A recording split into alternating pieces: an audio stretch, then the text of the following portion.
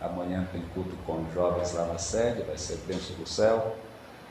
Quem puder estar presente, a gente agradece.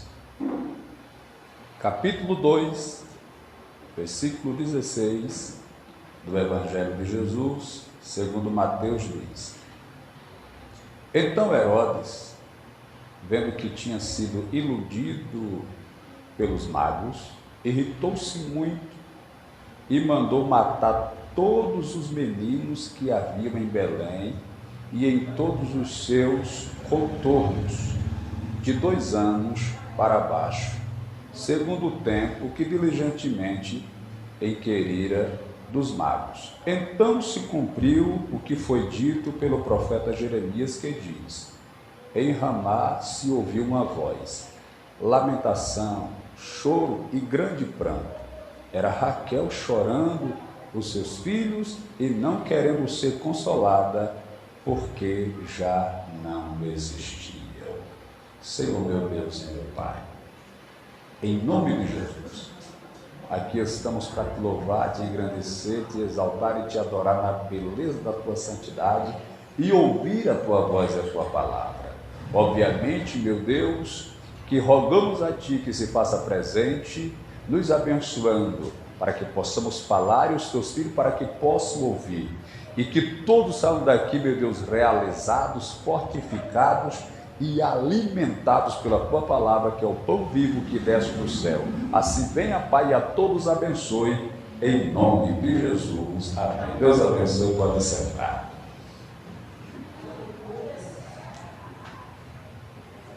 Antigamente,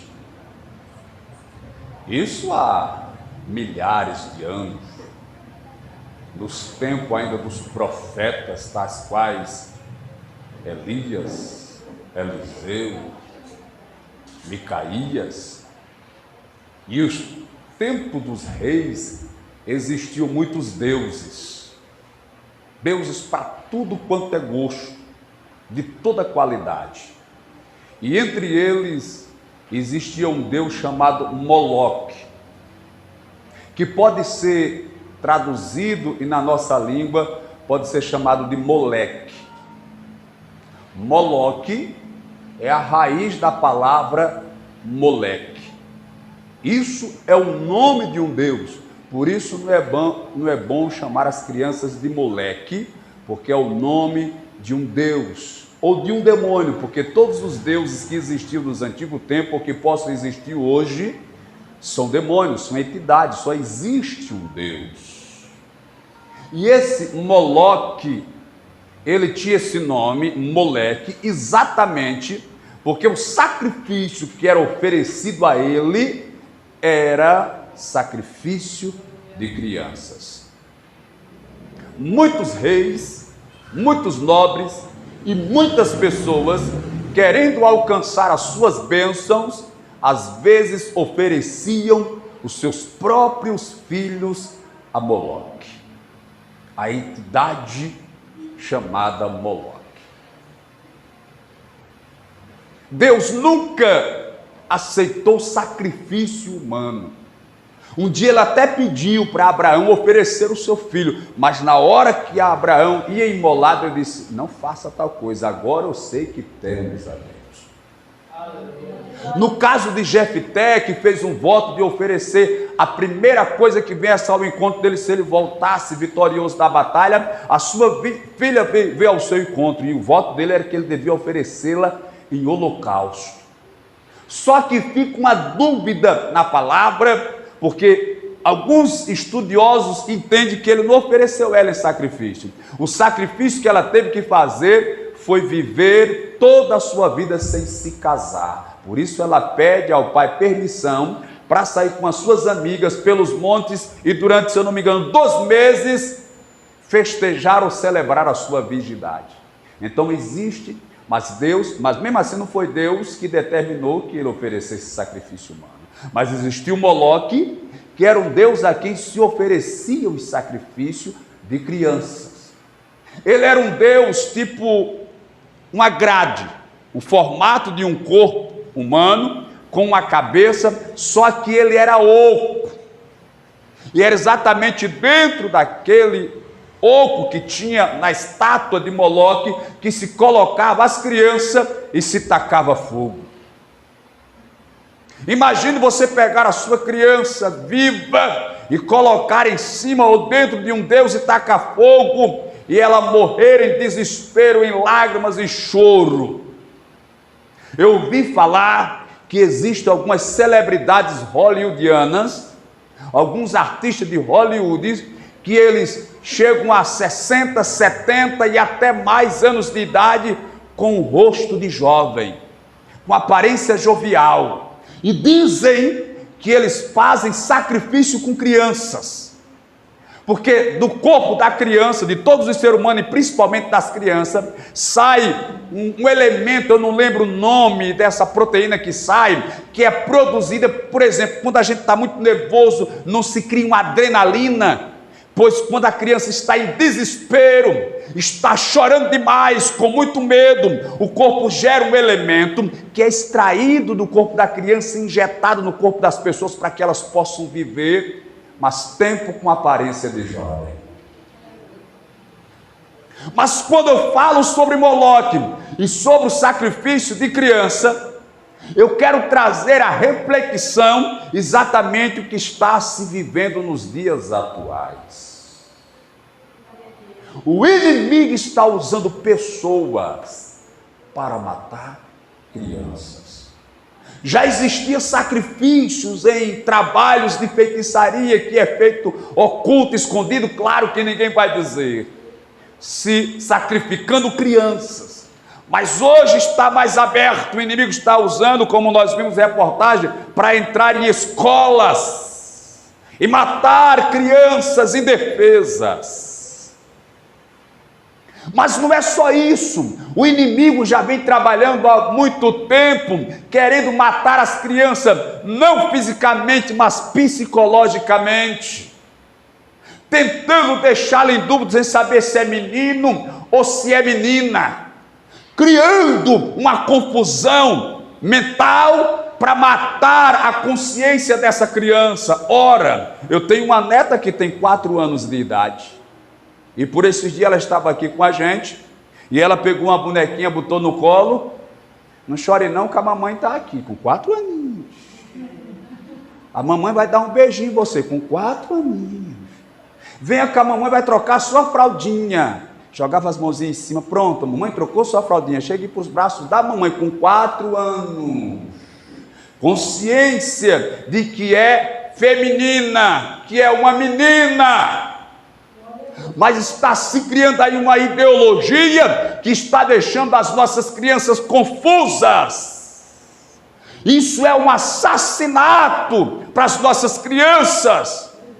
E como se fosse pouco, eles lutam com unhas e dentes, guerreiam para tentar aprovar o aborto, que é matar a criança ainda no ventre, mais indefesa ainda. E se você não sabe, eu vi por esses dias também que existem lugares que pegam os fetos das crianças e passam em moinhos e faz um pó para fazer cápsula e comprimido para vender com a ilusão de que aquilo vai tornar a pessoa mais jovem.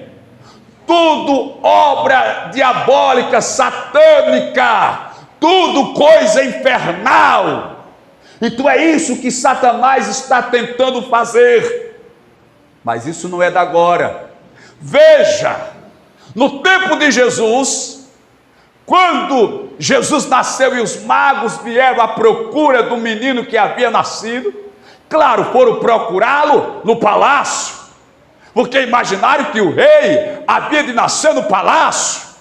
Mas quando eles chegaram no palácio e procuraram Herodes, que era o rei, disseram: nós viemos à procura daquele que é nascido rei dos judeus, pois nós vimos a sua estrela no oriente e viemos adorá-lo. Aí Herodes disse: não, mas aqui não nasceu ninguém, aqui não nasceu nenhum rei, nenhum príncipe. Aí foram se investigar para saber onde haveria de nascer o rei prometido pelo Eterno. Então se descobriu que era em Belém. Os magos seguiram a estrela, chegaram em Belém, entraram em uma manjedoura, e lá no coxo, aleluia, estava posto em alguns alguns trapos de pano. Jesus Cristo de Nazaré, o Rei dos Reis, o Senhor dos Senhores, estava em uma manjedoura, em uma estrebaria, envolto em mulambos, em um local desprezível. Ora, alguém se enganou. Alguém pensou que ele estaria no palácio. Alguém pensou que ele estaria na prata e no ouro. E muitas das vezes acontece com a gente, nós procuramos Jesus nos lugares errados. Glória a Deus. Isso acontece. Mas aí,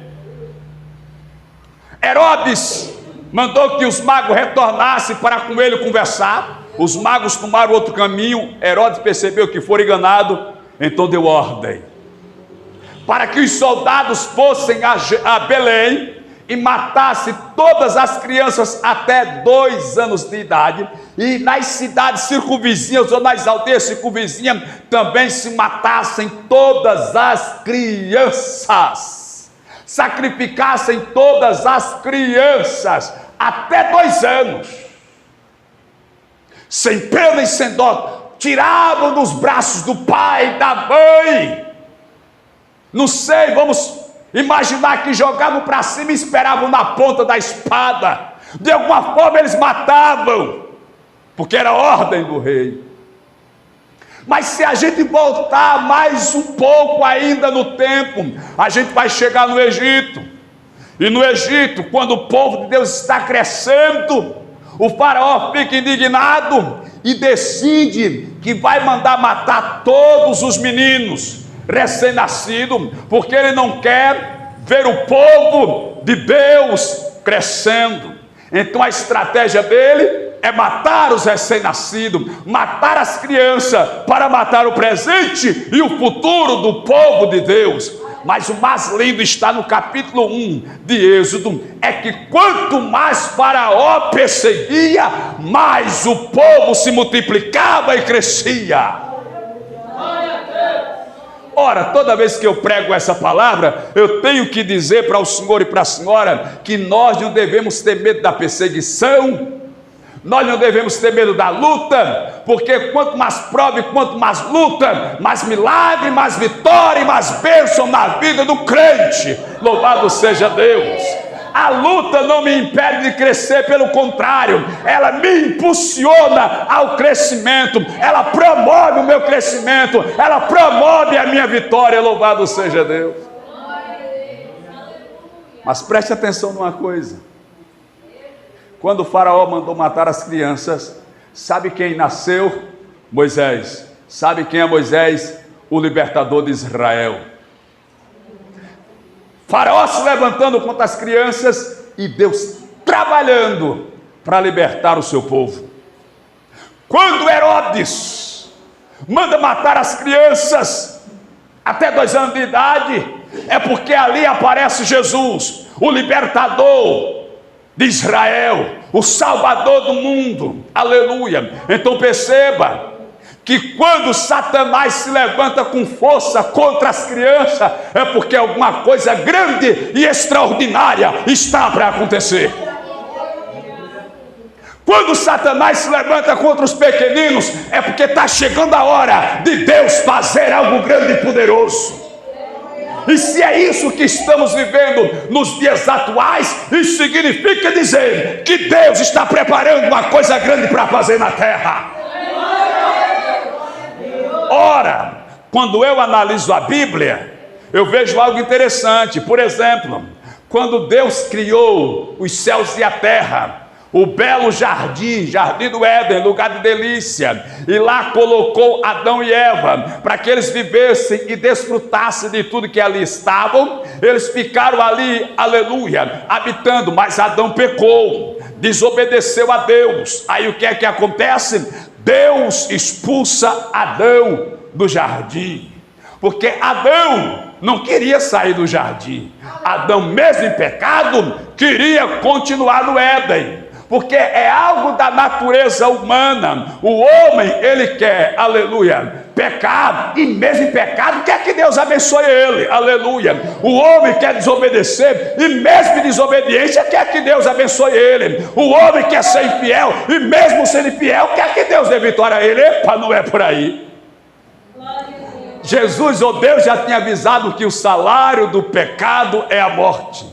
Deus já tinha avisado que o pecado traz consequências negativas, ruim castigo, mas Adão queria continuar no jardim. Deus teve que expulsá-lo do jardim. Está escrito, Deus o expulsou. E se fosse pouco, Deus ainda teve que colocar um querubim com a espada desembainhada, desnuda, para proteger a árvore do fruto da vida, porque mesmo em pecado, o homem ainda queria comer do fruto da vida, mesmo em pecado, ainda queria desfrutar das bênçãos de Deus. Ora, repito, o salário do pecado é a morte. É por isso que Jesus, ele veio do céu, mesmo sendo Deus, se fez homem, se humanizou, tomou a cruz, foi chicoteado, cuspido, esbofeteado, derramou o seu sangue, deu a sua vida. Para quê, pastor? Para pagar o preço pelos nossos pecados, e sendo pago o preço do nosso pecado, nós estamos perdoados, libertos. Agora não devemos mais nada, nem a Deus, nem ao mundo, nem a Satanás, nem ao inferno. Se não devemos mais nada, agora sim, nós temos direito de receber a bênção, a vitória e o milagre da parte de Jesus de Nazaré. Mas Adão estava nessa situação. Veja, quando Adão pecou, aí Deus o expulsa do jardim. Passam-se mais ou menos 2.000 anos. Depois que Adão é expulso do jardim, passa-se mais ou menos 2.000 anos. O mundo está se multiplicando em pecado. O pecado se multiplica assustadoramente, de forma espantosa. O mal se alastra de uma maneira tal que o Lameque, que tinha 2 esposas, está escrito em Gênesis, ele chegou para as esposas e disse assim: mulheres de Lameque, eu matei um homem por me ferir, e um mancebo ou um jovem por me pisar. Está escrito.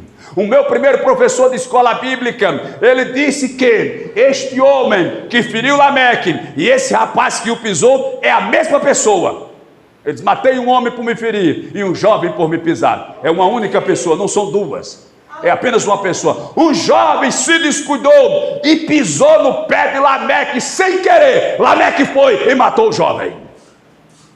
Era essa a situação dos antediluvianos. Era esta maneira. Se ele olhasse para você e você tivesse um cavalo, ele gostasse do cavalo que você possuía, ele ia lá e tomava o seu cavalo. Se você não gostasse, ele lhe matava e tomava desse jeito. Se ele olhasse para você e visse que a sua mulher era bonita, ele gostasse da sua mulher, ele ia lá e lhe matava e tomava a sua mulher. Assim fazia os antediluvianos. Toda sorte de prática pecaminosa eles faziam. Aí é que Deus decide acabar com a humanidade. Aí Deus vai e fala com Noé, para Noé construir a arca. Então de Adão para o dilúvio de Noé passou-se 2.000 anos. De Noé vai se passar mais 2.000 anos. Durante esses 2.000 anos vai nascer Jesus Cristo de Nazaré. Então veja que a cada 2.000 anos um grande acontecimento surge na terra.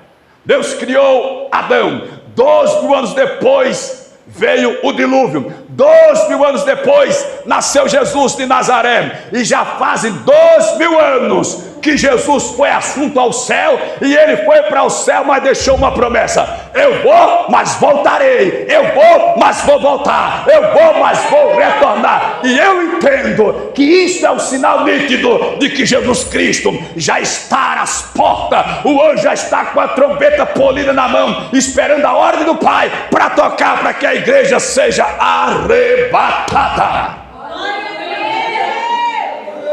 Por isso está escrito: porque isso te farei, porque assim te farei. Prepara-te, ó Israel, para te encontrares com teu Deus. Prepara-te, ó igreja, para te encontrares com teu Deus. Prepara-te, moça, prepara-te, rapaz, prepara-te, irmã, prepara-te, irmão, prepara-te, obreiro, prepara-te, pastor, para te encontrares com teu Deus. Jesus Cristo ensinando, ele disse: o reino dos céus é semelhante a 10 virgens. A palavra 10 ou número 10 na numerologia, nós não pregamos numerologia, mas existem alguns fundamentos na numerologia para nós aplicarmos. 10 na numerologia significa responsabilidade. Sabe quantas vezes Deus falou a palavra haja na criação? 10 vezes. Pode contar. Gênesis, 10 vezes Deus falou a palavra haja, que são as 10 emanações de Deus. Sabe como é chamado os mandamentos da lei? Os 10 mandamentos, porque 10 fala, aleluia, de responsabilidade, aleluia, fala de compromisso, glória a Deus. Então veja que para abrir um culto no tempo de Jesus, numa sinagoga ou em uma casa, teria que ter no mínimo 10 varões circuncidados, tinha que ser 10, número de responsabilidade. Aí Deus vai falar das 10 virgens. Veja que quando Daniel está na Babilônia, ele pede para o nutricionista fazer um teste com ele comendo só frutas e legumes e verdura, um teste de 10 dias. E quando Daniel foi levado à presença de Nabucodonosor, ele se achou 10 vezes mais sábio do que os outros sábios da Babilônia, porque 10 representa responsabilidade. Louvado seja Deus. Quando Deus fala das 10 virgens, ele está falando de compromisso, está falando de responsabilidade, está falando de fidelidade, está falando de perseverança, está falando de pessoa que presta conta e que dá conta daquilo que presta conta. Louvado seja Deus.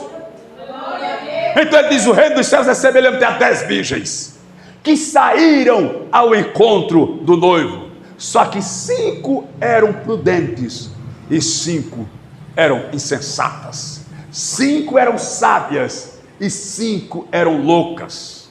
E as 10 foram ao encontro do noivo,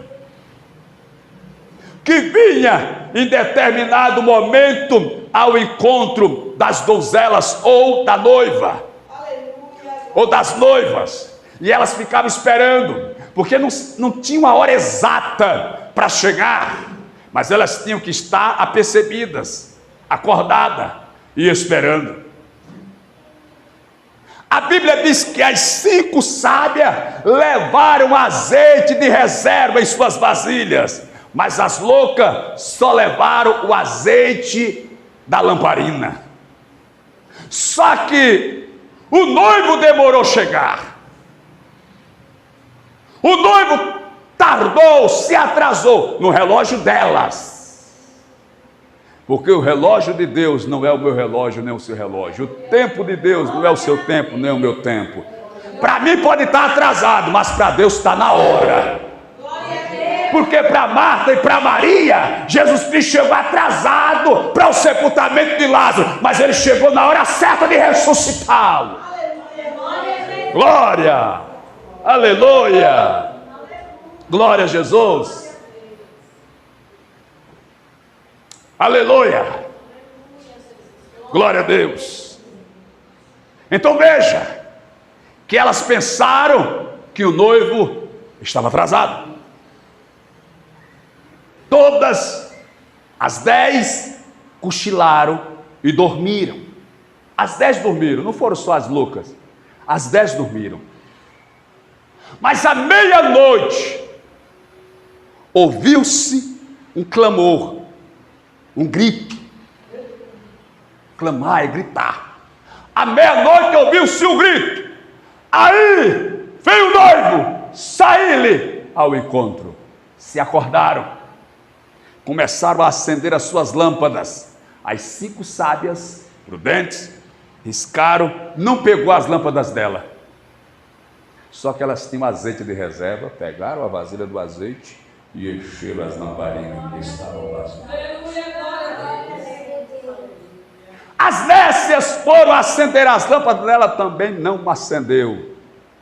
Porém, elas não tinham azeite de reserva.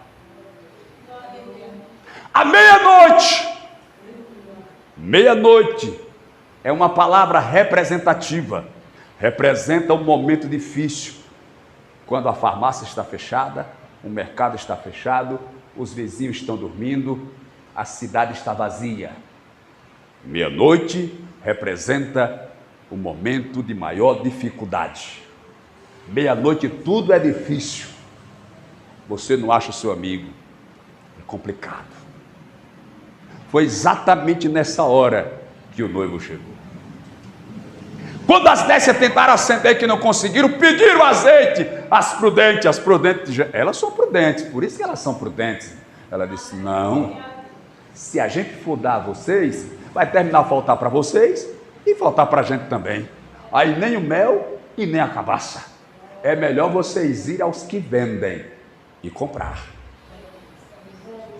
Elas saíram para procurar alguém, uma venda aberta para comprar. Só que é meia-noite.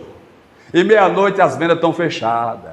Meia-noite o mercadinho está fechado. Meia-noite a farmácia está fechada. Meia-noite é tudo difícil. Meia-noite o vizinho está dormindo. Meia-noite não é tão fácil achar o que se procura, louvado seja Deus.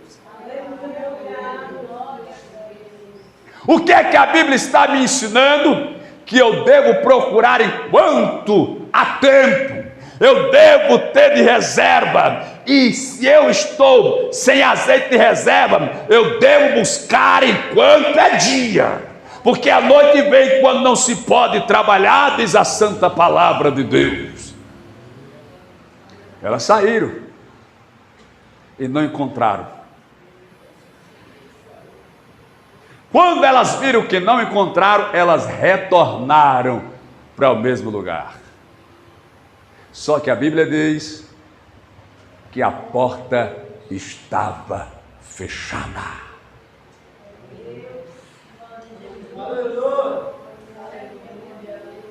Veio o noivo, entrou onde estavam as prudentes e fechou-se a porta. Tempos depois, vindo as anécias, chegaram, a porta estava fechada. Elas bateram, elas clamaram, elas gritaram, e a porta não se abriu. Apenas saiu uma voz que dizia: eu não vos conheço. Aleluia, glória a Deus. Eu não vos conheço. Aí ele diz: vigiai, pois, por não sabeis nem o dia e nem a hora que o Filho do Homem há de vir. Mas os sinais estão claros aí, meu irmão e minha irmã. Então, levante a cabeça, seja vigilante, fique atento, não esmoreça, não desanime. Eu posso até dizer para você, com muita segurança, daqui para frente, vai ter muita coisa se levantando para te desanimar, para te esfriar, para te fazer parar, voltar atrás. Mas seja firme, meu irmão. Seja firme, minha irmã. Continue andando. Continue marchando. Não olhe para a direita, não olhe para a esquerda, muito menos para trás. Olhe só para Jesus, o autor e consumador da fé. Porque vai ter muita coisa, irmão. Vai surgir muita coisa que vai nos assustar, nos preocupar, vai abalar, e muitos vão desistir, vão se abalar na fé, mas permanece, porque quem perder esse trem, eu estou falando do trem de passageiro, não é o trem de Minas Gerais não vai. Não perca esse trem, porque não vai ter outro. Doendo, gemendo, chorando, triste, angustiado, abatido, andando, correndo, se arrastando, mas vá. Aleluia. Vá, meu irmão. E não pense que ninguém vai ser fácil para ninguém não, meu irmão. É para todos nós, é luta, é dificuldade. Aleluia. Não se entregue, não se renda, não baixe a cabeça, não desiste. Lute para receber a sua coroa, porque está escrito: ser fiel até a morte e dar-te-ei a coroa da vida. Louvado seja o nome de Jesus. Amém. Fique de pé, por gentileza. Vamos agradecer a Deus por esse culto, por esse momento especial.